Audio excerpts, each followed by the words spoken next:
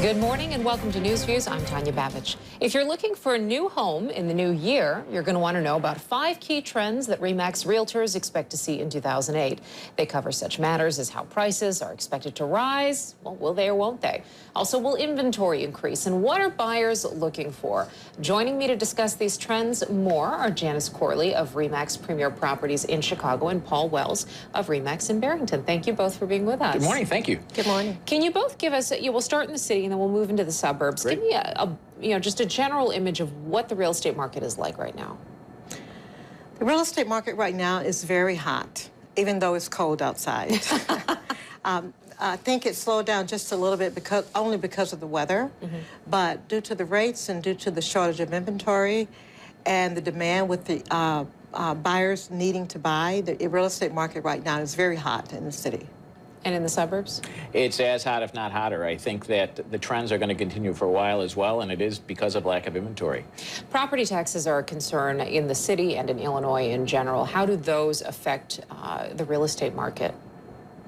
Well, in the luxury market, I don't believe that the taxes will have as much of an effect on the luxury market because a real luxury buyer is not going to buy a property simply because of the taxes. So it might have a little bit of effect on the buyers that are on the low end in the Chicago market, but due to the fact that the inventory is still low and prices are really still good in Chicago, we expect to have a great market. And we're in the same boat. I think that the tax effect is going to be interesting to follow, but I think it'll wane. Meaning I think people still have to have a place to live, and the only alternative to buying is renting, and that market is even more stressed. There's much less for rent than there's ever been, and the prices are just past the charts. It's just ridiculous. We're going to talk about rentals in a little bit, but I want to hit on those property taxes a little bit more, especially with the new tax laws that are going into effect in 2018.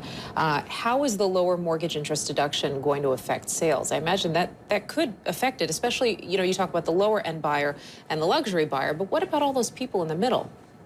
Well, the people in the middle are still in a very good position here in Chicago because they're able to still buy properties at a very good price. And the return that they're able to get based on the price that they're acquiring it for is still a very good return. We're going to see some people making decisions based on those changes in tax structures, but I don't think it's been anything dramatic because, again, people have to have some place to live, and if your job is around here, you're going to be in the position where you have to adjust to the changes. Now, conventional wisdom is that, if you're thinking about listing your house, you wait until, springtime. Nobody wants to move in the middle of winter. Would you say, though, that you should go ahead and list it now? Absolutely, because in the spring, you're going to have a lot of quote-unquote sellers putting their properties on the market that want to test the market. You're going to have a lot more competition. If you list your property right now, first of all, the home feels warm and fuzzy because of the holidays and everybody's in a great mood. So I think this is a great time to put your home on the market where you're not with a lot of competition. And then, Paul, what about interest rates? Do you think there's any kind of pressure to act now while interest rates are still relatively low? I've been saying that for 5 years, and they've been sitting about the same. So I would expect them to go up. And again, as the economy improves, I think they may.